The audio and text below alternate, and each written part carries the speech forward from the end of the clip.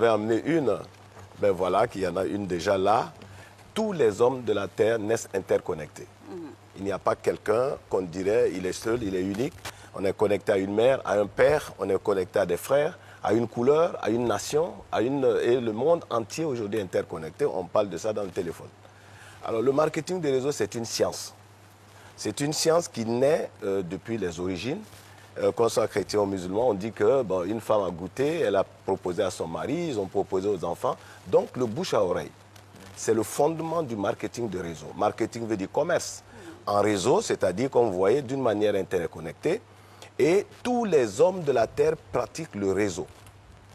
C'est une science qui s'impose à l'humanité. Qui veut être riche aujourd'hui, il faut passer par un réseau.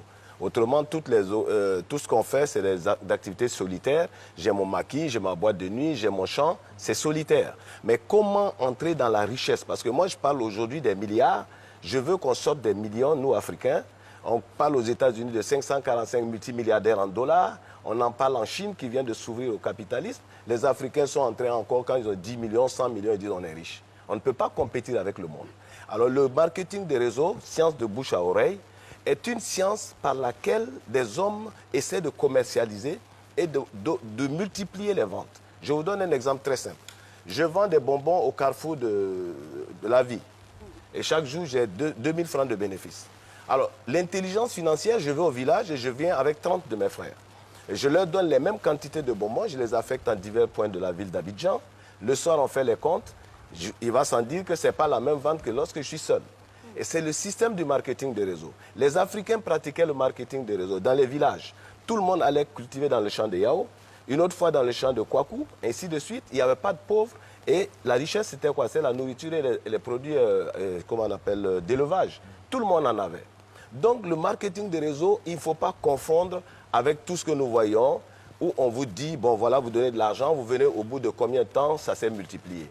Marketing veut dire commerce. Le premier fondement d'un marketing, il y a un objet, il y a quelque chose à vendre.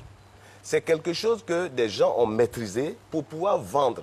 Et généralement, il s'agit d'un fabricant d'un produit, donc qui veut optimiser les ventes. Il maîtrise les ventes jusqu'à la fin, c'est-à-dire la production, la qualité, et comment faire pour que cette vente soit optimisée. Donc, qu'est-ce que c'est que le marketing de réseau? C'est le fait d'emmener quelqu'un à acheter quelque chose. C'est un produit, je ne sais pas moi, de consommation, de santé, etc., des soins. Il le teste, il le goûte, et lorsqu'il voit que c'est bien, il le recommande à d'autres. C'est le principe. Okay. Alors donc, le principe, ce n'est pas, on ne cherche pas des vendeurs. Ça, c'est le marketing usuel, où chacun se débrouille, il se promène pour vendre. Or, le marketing des réseaux, justement, c'est comment faire pour dupliquer les ventes et comment faire pour que quelqu'un puisse être un entrepreneur avec peu d'argent. Alors, ça nous intéresse au plus haut point, parce que vous avez parlé de profits conséquents à faire. Ouais. Comment ça fonctionne, justement, ce marketing de réseau-là? Quels sont ses fondements? Alors, les fondements, c'est quoi? Vous voyez, je montre un peu ce schéma-là par rapport à la vente traditionnelle. Alors, je suis commerçant parce que j'ai beaucoup d'argent, je vais acheter, je viens vendre. Mais dans le marketing de réseau, je prends par exemple votre téléphone. Vous dites, mon téléphone coûte 600 000 francs. Et vous êtes content, vous dites à tout le monde, j'ai un smartphone de 600 000. Mais en fait, le téléphone est parti du fabricant à vous. Mais vous n'avez pas acheté le téléphone directement chez le fabricant. Je ne dirais pas de nom parce que pour question de publicité. Disons un téléphone X, vous ne l'êtes pas allé chez le fabricant pour en acheter un. Le téléphone a fait tout un tour avant d'arriver chez vous, chez moi. Nous sommes des consommateurs. Il a fait tout ce tour. Il est passé par la grande publicité qui coûte très cher et qui est répercutée sur le prix du téléphone. Il est passé par des importateurs régionaux, des gens qui importent par exemple tout l'Orient, l'Océanie, etc. Ils ont mis leur marge. Nous avons nos commerçants qui vont aller acheter 700, 300, 400, 600 téléphones. Ils ont mis leur marge parce qu'ils ont voyagé, ils payent la douane, ils payent le transport, etc. Et lorsque le téléphone a eu 600 000, en réalité, ce n'est pas un objet de 600 000 francs. C'est un objet qui a fait tout un tour. Et moi, j'ai servi à enrichir toutes ces personnes. Les statistiques montrent que c'est au moins 70% du prix de l'objet. Donc, quand vous avez un téléphone de 600 000, il y a 420 000 qui ont servi à enrichir des gens, des intermédiaires, et c'est nous qui le payons. Alors, dans le marketing de réseau, le fabricant voudrait partir de chez lui au consommateur directement. Que le produit ait le même prix sur toute la terre. Ok. Comment le faire? Comment le faire? Bonne question. Alors, coach, nous sommes en Côte d'Ivoire et l'histoire du marketing de réseau en Côte d'Ivoire a été vraiment marquée par beaucoup d'arnaques, beaucoup de personnes véreuses qui viennent promettre vendre du vent aux gens. Je ne vais pas citer des noms ici. Vous savez de quoi je parle. Alors, quelles sont les dispositions à prendre quand on veut entreprendre, quand on veut se lancer dans le marketing de réseau? Alors, le premier critère, lorsqu'on vous présente un marketing de réseau, posez la question, on vend quoi? Parce que marketing veut dire vente. Ce n'est pas du vent. Ce n'est pas donne l'argent et puis on te dit ça va se multiplier. C'est illégal. Parce que quelqu'un ne peut pas servir des intérêts alors qu'il n'a pas une licence de fonctionnement bancaire. Donc dès qu'on vous dit, ouais, voilà, vous allez donner l'argent, machin, ça va se multiplier, ce n'est pas vrai. Ça, c'est le premier fondement du marketing de réseau. On vend quoi? Deuxièmement, vous voulez faire entrer dans un marketing de réseau. Aujourd'hui, le monde, c'est un village interplanétaire. Allez sur Internet, regardez, il s'agit de vendre quel produit? Il se trouve où? Il sert à quoi? Ensuite, dans quel pays on trouve ces produits?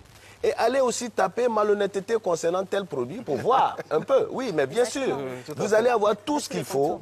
Et maintenant, vous-même, vous devez acheter le produit et voir est-ce que c'est bon pour moi. Lorsqu'on vous dit acheter une chaîne et que cette chaîne va vous multiplier vos chances, êtes-vous sûr que vous aurez beaucoup de gens qui vont croire comme vous qu'une chaîne multiplie chances et qu'ils l'achètent? Ah voilà, deuxième critère. Le troisième critère, quel est le système de rémunération? Est-ce que je connais des gens qui ont gagné de l'argent? Est-ce qu'il y a un témoignage? Parce qu'il ne suffit pas qu'on me dise ça gagne de l'argent pour que je me jette dedans. Il faut aller voir quel est leur critère.